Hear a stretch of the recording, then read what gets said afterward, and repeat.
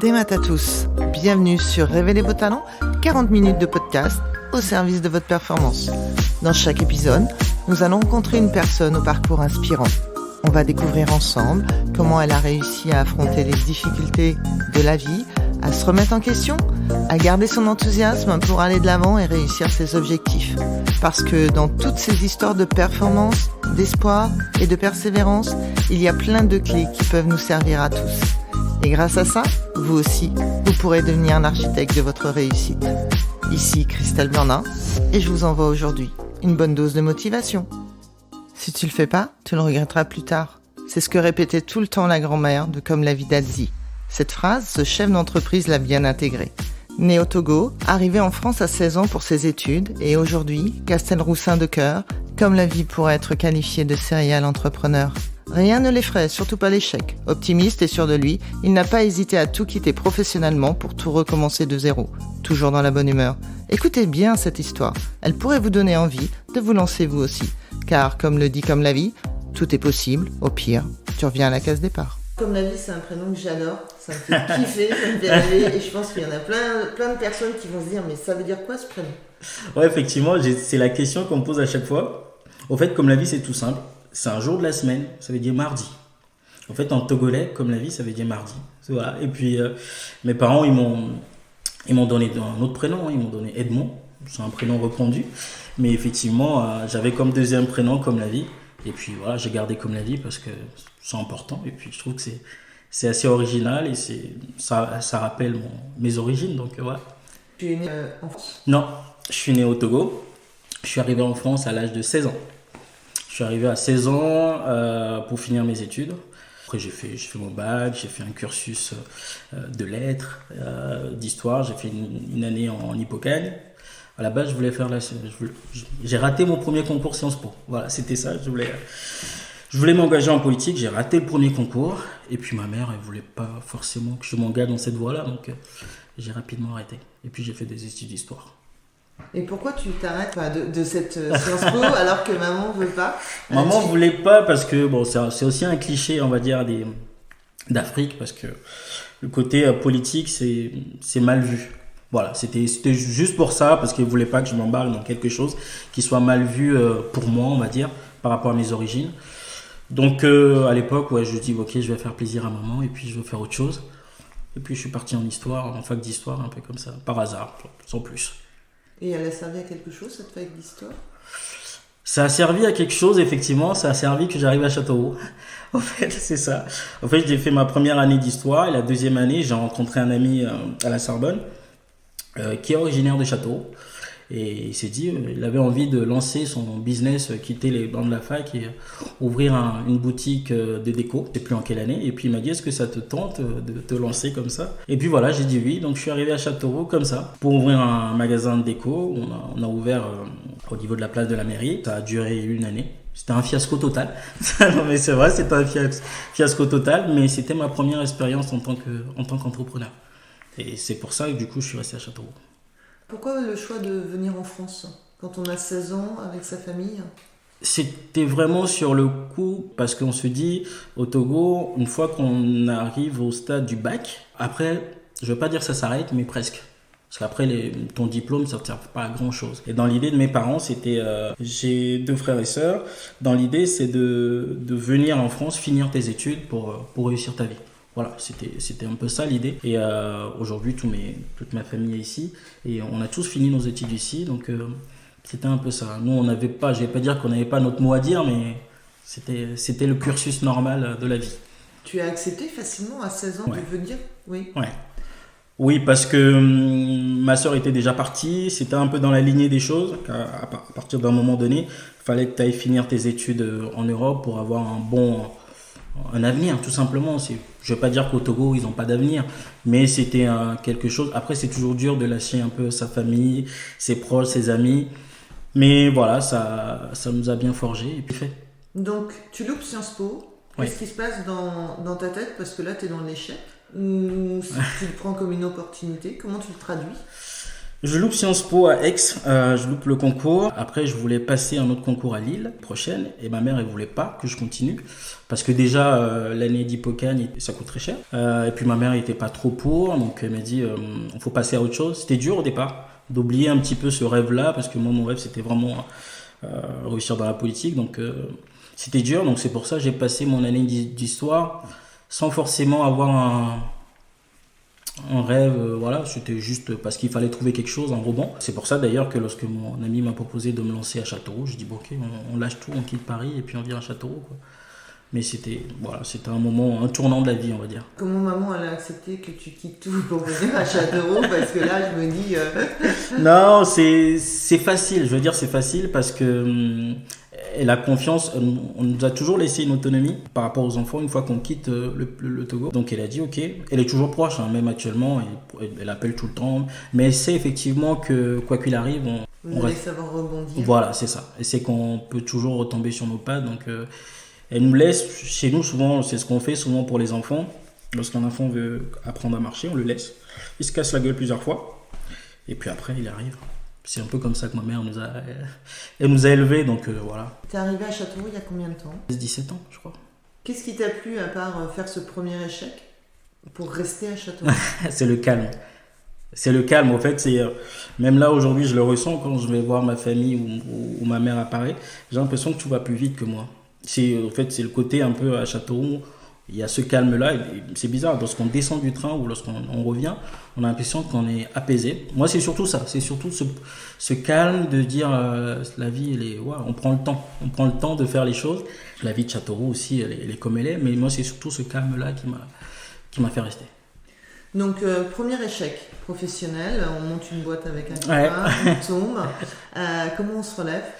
On se relève, fallait trouver un boulot et j'aimais bien la vie, je dis je vais rester là. L'avantage c'est que j'avais un bon cursus déjà, donc j'ai trouvé un poste de manager en centre d'appel. Je suis resté pendant 8 ans dans un centre d'appel, poste à gérer des équipes, et je crois que ce moment-là, ça a été le bon moment. Les années que j'ai passées en centre d'appel à apprendre le métier de manager, déjà ça m'a servi personnellement. Et aussi, ça m'a permis de faire des formations sur plein de choses, la gestion du stress, comment trouver des opportunités, comment travailler sur le dialogue, le parler. Voilà, ça m'a beaucoup aidé. Et à un moment donné, je me dis, voilà, si je l'avais fait avant d'avoir ouvert ma boîte, je pense que ça aurait pu marcher. Parce qu'on a fait des erreurs au départ qu'après tu te dis, merde, on aurait dû faire autrement. Et du coup, tu restes 8 ans? Je reste 8 ans dans ce centre d'appel. Après, ça s'est très mal fini par des divergences entre la direction. Et puis, je me suis dit, bon, ok, je vais essayer de faire autre chose. Je vais essayer de me passionner à la photo. À la photo et la vidéo en général. Donc, j'ai commencé à faire des formations à distance. 1 année, 2 années. Et j'ai eu donc, c'était un diplôme à distance en photo. Et un jour, je suis arrivé et puis j'ai dit, entre-temps, la famille, j'ai eu ma femme. Donc, entre-temps, je lui ai dit, je vais tout arrêter. Et puis... je vais me lancer dans la photo. Comme un gamin de 15 ans qui change de vie, il dit ok, on arrête tout. J'avais un CDI, un truc stable, rien du tout. On dit on va faire comment? Je dis je vais ouvrir un studio photo, tout ça. Donc au début j'ai ouvert un studio photo, je faisais les photos pour les animaux de compagnie. Donc les chiens, les chats et tout. Et donc je suis parti totalement je suis reparti de zéro. Après j'ai fait 2 ans dans la photo et puis un jour part en voyage en Allemagne, et puis je vois un système de bornes photo un peu, et puis je dis je vais essayer de reproduire la même chose. Donc en arrivant, donc j'ai fabriqué ça en carton puis en bois, et c'est là où j'ai créé ma première borne photo que j'ai appelée la Smilebox. Et voilà, tout a décollé à partir de ce moment-là. Moi je trouve extraordinaire. T'as un CDI, ta femme travaille sur Châteauroux. C'est ça. Vous aviez des enfants à l'époque? Non, on n'en avait pas. Tu rentres et tu dis chérie, je lâche mon CDI et je vais me lancer dans la photo. Et c'est quoi l'énergie qui motive pour basculer? On me dit souvent que t'es pas content de ce que tu as. C'est pas ça. C'est juste qu'il me faut toujours un moteur. Il me faut toujours un truc. On arrivera après, mais c'est aussi le cas aujourd'hui. Il me fallait un truc. Au bout de 8 ans, même si ça allait pas avec la direction, il me fallait un autre déclic. Et puis j'étais passionné de photos. Je me dis ok, on va se lancer un nouveau challenge et puis on va y aller quoi. Et j'étais persuadé que ça allait marcher. Et puis j'ai tout lâché et puis voilà, j'ai fait ça. À aucun moment tu t'es dit je repars je fais de la photo, je fais des nouveaux challenges et il pourrait se reproduire ce qui s'est passé pour ma première boîte? Non. Non, parce que je me dis, au pire, je reprendrai de là où j'étais. Parce qu'au final, on n'y perd rien. Parce qu'on se dit, on part, on n'y perd rien. Si, il y a tout le côté, on va dire, tout le côté matériel derrière. Mais en termes de connaissances et en termes de motivation, tu y vas. Si ça marche pas, tu reviendras là où tu étais au départ. Au pire, tu feras autre chose. Et je me dis, moi, il y a toujours un truc. C'est ma grand-mère qui me l'a dit. Elle me dit, si tu le fais pas, tu le regretteras plus tard. Et c'est toujours cette phrase que j'ai toujours dans la tête. Si j'ai envie de faire quelque chose, cette phrase revient souvent. J'ai dit, si je le fais pas, plus tard dans des années, je vais le regretter. Donc je le fais. Je le fais. Toujours en calculant les risques. Je le fais. Mais voilà, je cours pas partout, je le fais. Et jusqu'à présent, depuis ce moment-là, lorsque je me lance dans un truc, j'y arrive. Donc voilà, c'est comme ça. Juste sur le côté confiance en soi, parce que là on est vraiment sur une puissance, hein. Il y a plein de gens qui aimeraient, qui se disent ne pas avoir confiance en eux. Comment tu as construit cette confiance? Alors j'ai beaucoup aimé quand tu dis, nous on met les enfants, ils tombent et puis ils se relèvent. Je sais pas d'avance si je vais réussir, mais au moins je sais que je vais pas échouer. C'est déjà ça. Parce que j'ai beaucoup d'amis, des fois ils me disent encore, ils ont leur CDI, ils me disent j'aimerais faire comme toi, j'aimerais me lancer. Et ça m'énerve fortement ça. Que j'ai dit fais-le, au pire tu reviendras là où tu étais, tu as un bon poste, ils vont te reprendre ou tu trouveras autre chose. Et c'est toujours le cas maintenant, j'en parle toujours avec mes amis qui veulent se lancer et qui le font pas. Parce que c'est quelque chose, j'essaie d'expliquer à plusieurs personnes, si tu as envie d'entreprendre, tu as envie de faire quelque chose, rien ne te l'empêche, il n'y a pas de loi qui te dit tu peux pas le faire. Et tu le fais, au pire, voilà, tu reviens. Moi, je sais que si je me dis je vais me lancer sur quelque chose, à 90%, je sais que ça va marcher. Quelqu'un veut lancer un business, on dit tu fais une étude de marché. L'étude de marché, ça se fait dans la vie tous les jours. Tu n'as pas besoin d'un document qui te dit que ton business va marcher ou va pas marcher. Déjà, la moitié, c'est ce que toi, tu le sens. Si profondément, tu le sens, moi, je marche comme ça. Dans tous les... aujourd'hui, j'ai fait 3 entreprises, on va dire. À aucun moment, j'ai présenté... Bon, bien sûr, j'ai présenté une étude de marché comme ça, parce qu'il faut le faire. Mais à aucun moment, je suis allé voir les gens dans la rue ou demander à des gens, est-ce que vous aimeriez acheter ça, vous aimeriez faire ça? Non. Tu reviens en Allemagne, tu vois cette box et là tu crées ta première société. C'est ça. Qu'est-ce qui t'a plu dans le modèle pour le ramener en France en fait? En fait, c'est un papy qui avait une tablette et puis il prenait les gens en photo, il les donnait. Il n'y avait pas encore la boîte tout autour. Et moi, c'était le côté d'avoir le côté papier dans les mains parce qu'on était en plein période de smartphone et tout le réseau. Et je me suis dit, on va essayer d'améliorer tout ça et de faire quelque chose en mettant Internet dedans, en faisant tout ce qu'il y a autour. Et j'ai commencé à travailler dessus. Je suis allé voir les banques. Au début, je me trimballais avec ma petite boîte et tout. Je me rappelle, la première banque que je suis allé voir, la directrice, elle est arrivée, elle regarde mon truc, elle me dit, monsieur, mais ça va, c'est du n'importe quoi. Sincèrement, elle m'a dit c'est du n'importe quoi. Je lui ai dit ça peut marcher, vous pouvez faire des photos, on le ressort. Il me dit vous prenez quelqu'un, un photographe qui vous prend en photo et qui vous l'imprime, c'est la même chose. Et ça m'a vexé sur le coup, mais voilà, j'ai pas lâché l'affaire et j'ai réussi à créer ces sociétés-là. Et voilà, j'ai réussi à en faire d'autres. Aujourd'hui, on est à la 4e version de la Smilebox et ça marche tout autant. Et depuis, j'ai des salariés et des associés dessus. Donc, il y a 2 collaboratrices et on est 3 associés. Tu te sentais pas de continuer tout seul sur la Smilebox ou il y avait d'autres choses que tu avais envie Au fait, la Smilebox, je me sentais très bien de continuer tout seul. Mais vu que de base, je faisais de la photo, je faisais de la vidéo. Et il y a eu une rencontre. J'ai rencontré Flavien Alexandre qui fait du recrutement. Il était recrutement pour les entreprises et il travaillait beaucoup sur la marque employeur. Et à l'époque, c'était quelque chose qui était important. Et on avait envie de faire des photos ou des vidéos dans les entreprises pour attirer les candidats. Du coup, il m'a posé la question, il m'a dit est-ce qu'on peut travailler ensemble? De fil en aiguille, on a commencé à travailler ensemble. On s'est dit ce qui serait bien, c'est de se mettre ensemble. Et puis, tout le monde est gagnant. Et puis, on associe nos forces, nos idées. Et Flavien, c'est quelqu'un de très cartésien, très, très carré. Et je crois que ça se complète un peu. Et du coup, on s'est associés au départ. 2 ans après, on avait besoin de quelqu'un plus commercial et pour faire augmenter cette entreprise. Et du coup, on a fait rentrer Olivier Blansart, qui est vraiment un entrepreneur, un très bon commercial. Et du coup, voilà, aujourd'hui, on a bien la Smilebox, on a Evolution qui fait le recrutement et on a Mi Media qui fait les vidéos dans les entreprises. Donc voilà, ça fait partie du groupe. chacun a sa spécificité et on se complète. C'est ça le plus important. C'est qu'on a Flavien, des fois, avec Olivier, on n'aime pas foufou des fois. Et Flavien, des fois, il nous remet un peu les pieds sur terre. Et voilà, on travaille comme ça en groupe. Entre-temps, j'avais une autre idée, j'avais envie de me lancer dans le vêtement. J'ai jamais touché une machine à coudre de ma vie. Et j'avais une idée, je l'ai travaillée. Et puis là, j'ai créé le mois de mai dernier ma province. Je suis tout seul, je suis parti dessus. Et voilà. Donc, ma province, tu sors ce plein confinement, plein Covid. En plein Covid. Où est-ce que tu mets tes peurs, où est-ce que tu mets tes angoisses? Parce que je pense que là, il y a beaucoup de gens qui vont être intéressés de comment le mec il fait pour lancer une société en plein Covid, quoi. En plein Covid, effectivement. J'avais l'idée qui me trottait dans la tête. Au départ, je voulais juste faire des vêtements. De créer, j'aime bien créer. J'ai dit, je vais créer des vêtements. À la base, j'étais pas du tout parti pour faire du Made in France, ni parti pour faire des vêtements pour les provinces de France. Et à force de cogiter, je me suis dit, on va essayer de mettre en avant avec le Covid, on s'est rendu compte que les gens étaient un petit peu, tout le monde était un peu replié. Je me dis, ce qui serait bien, c'est de faire un petit peu des vêtements qui mettent à l'honneur là où on vit, beaucoup inspiré de Capital, la marque avec un K. Oui, pas K Montané Performance, c'est aussi voilà, la marque avec un K, mais ça. On fait pas la même chose. C'est exactement ça. Et après, je me suis dit, on va faire quelque chose, travailler des vêtements, que tout soit fait en local par les entreprises qui sont du coin. C'est ce qui a fait rigoler tout le monde. Pendant cette période, j'ai contacté les banques pour leur présenter un peu mon projet. Et on m'a dit, est-ce que tu as un exemple de quelque chose qui s'est fait comme ça, d'une autre ville ou quelque chose? Je dis, non. J'ai cherché un petit peu dans toutes les recherches. On n'a pas de concept de fabrication par région, par département, où tout est fait sur place, jusqu'au produit fini, d'avoir quelque chose de propre, de bien fait.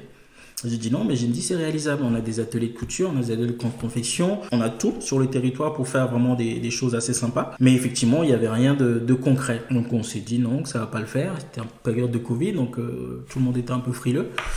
Et moi, j'ai dit non, c'est la période pour se lancer. Parce que le Covid, on était chez nous, on faisait rien. On faisait les gâteaux, les pâtisseries, on faisait le ménage, on mangeait tout. Mais en tant que... T'as une grande maison pour tout faire comme ça. Je faisais du jardinage. Tu faisais du jardinage. C'était ça. C'est l'avantage de Châteauroux aussi. Donc, je me suis dit, moi, c'était une période de réflexion. J'ai dit, c'est la période où il faut réfléchir à tout ce qu'on pouvait faire. Parce qu'on avait le temps, il faisait beau, on avait tout. Et il fallait mettre cette période-là à contribution, on va dire. Et voilà. Et finalement, personne n'a voulu y aller. Personne. Et j'avais quelques économies. Je me dit, je vais y aller quand même, vu que je suis têtu quand même. Du coup, j'ai mis mes petites économies. J'ai créé la micro-entreprise. Au final, tout s'est vendu en même pas un mois. Tout ce que j'ai sorti. Et du coup, ça a très bien marché. Tu veux dire que tu as produit toi-même oui. Les premières pièces? Oui, c'est ça. Donc c'est des sweats, des t-shirts? Les premières pièces, c'était des t-shirts. Donc c'était la collection famille. Donc c'était les papa Berrichon, maman Berrichon, et ainsi de suite. J'avais 500 pièces au départ. Donc j'ai travaillé avec l'association Agir, qui est un atelier de couture, des ateliers de sérigraphie et de confection à Châteauroux. Donc ça s'est très bien passé. Après, donc, dans la lignée, j'ai sorti le premier pull... C'est le pull Charlie, parce que le monsieur qui le confectionne, il s'appelle Charles, donc je l'ai nommé Charlie. C'est le premier pull Berrichon, c'est-à-dire que la maille vient d'Argipère, il tricote, il fait tout, et c'est fini, et c'est brodé à Châteauroux. Ça veut dire que ça, toute de la matière première jusqu'à la fin, c'est vraiment fait dans le Berry, et il est à Bouès, et c'est le pull Charlie, et ça a fait décoller le projet. Et puis après, entre autres, il y a eu les suites, donc les fameux suites Berry qui ont eu du succès, et puis ainsi de suite. Et ça a fait boule de neige. Et puis le projet a pris.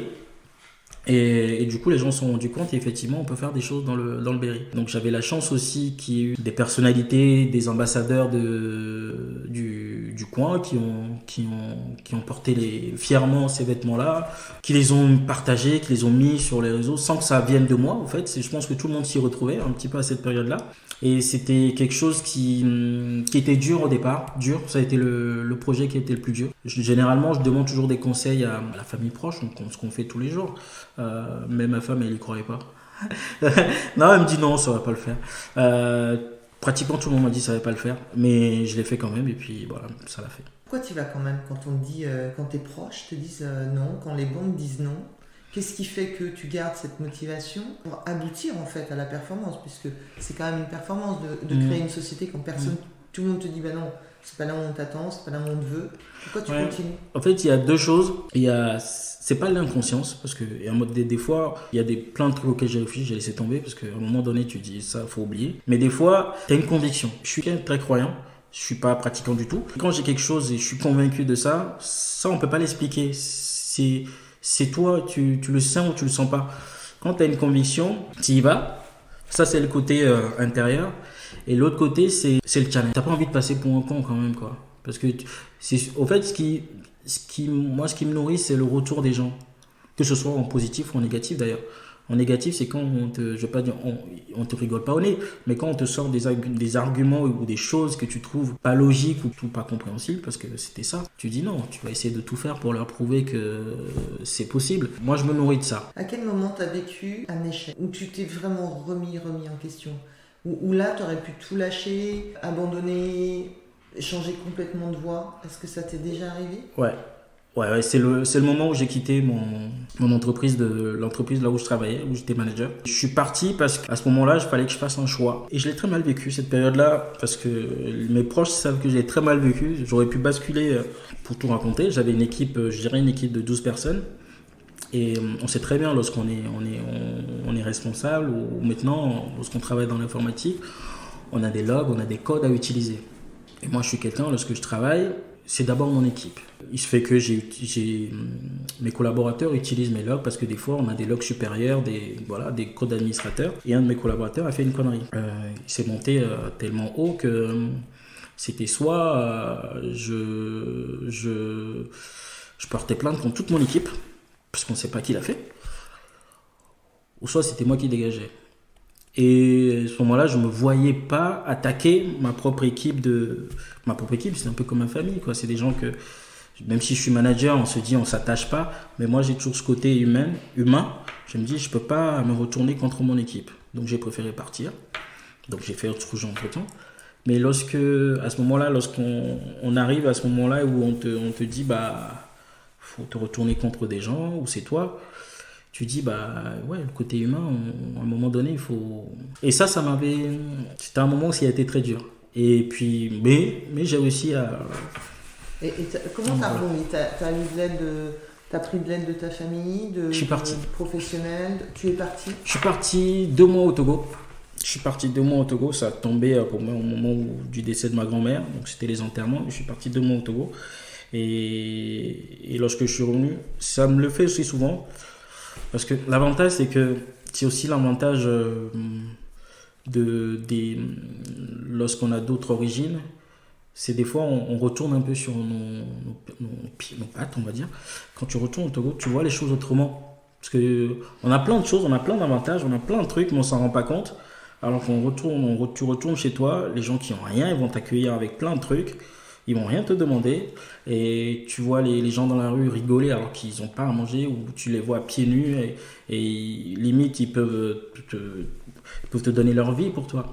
Et ce moment-là, 2 mois je suis retourné comme ça m'a profité de faire des vacances et de me changer d'air.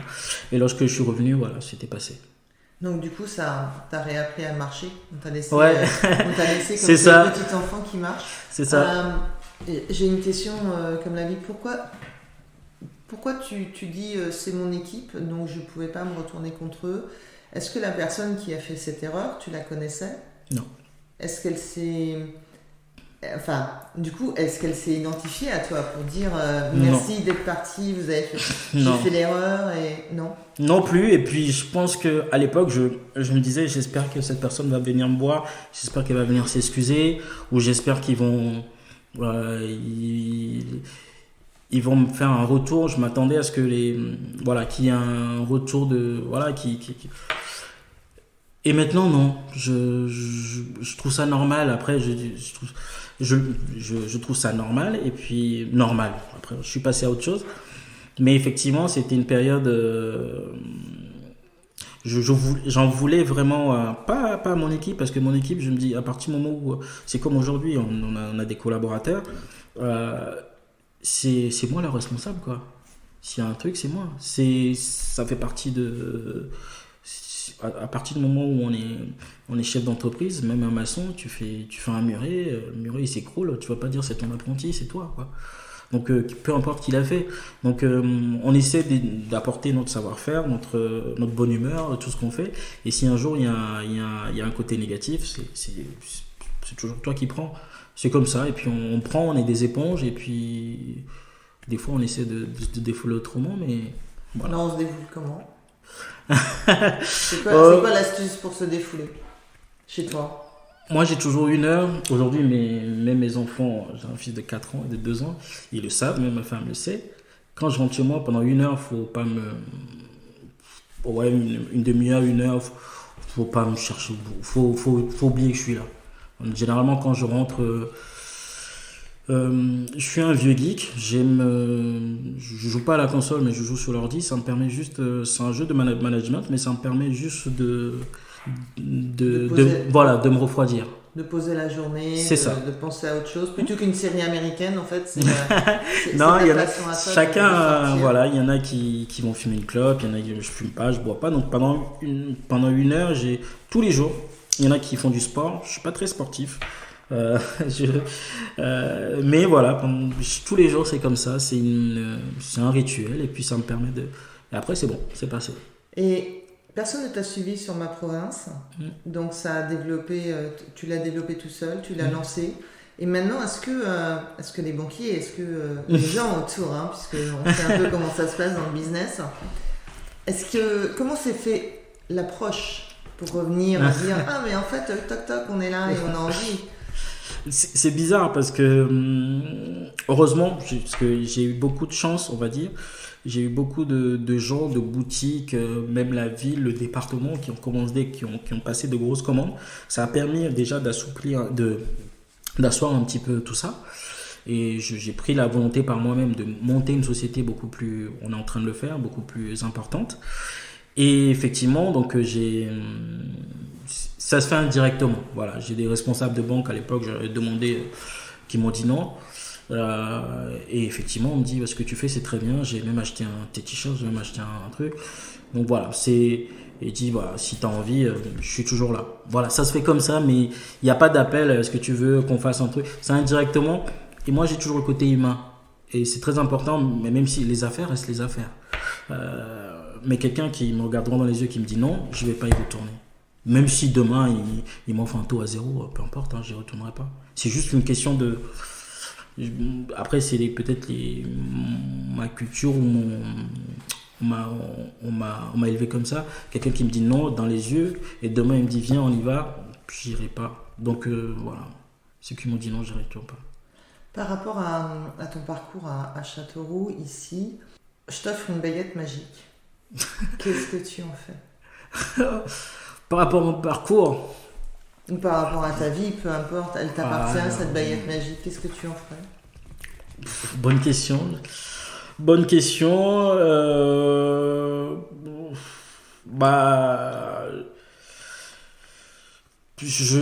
Moi personnellement, j'ai un ami qui a envie de se lancer depuis très longtemps. Je sais qu'il a des capacités, il a ce qu'il faut. Je lui donnerai pour qu'il puisse se lancer. Voilà. C'est un axe extrêmement généreux.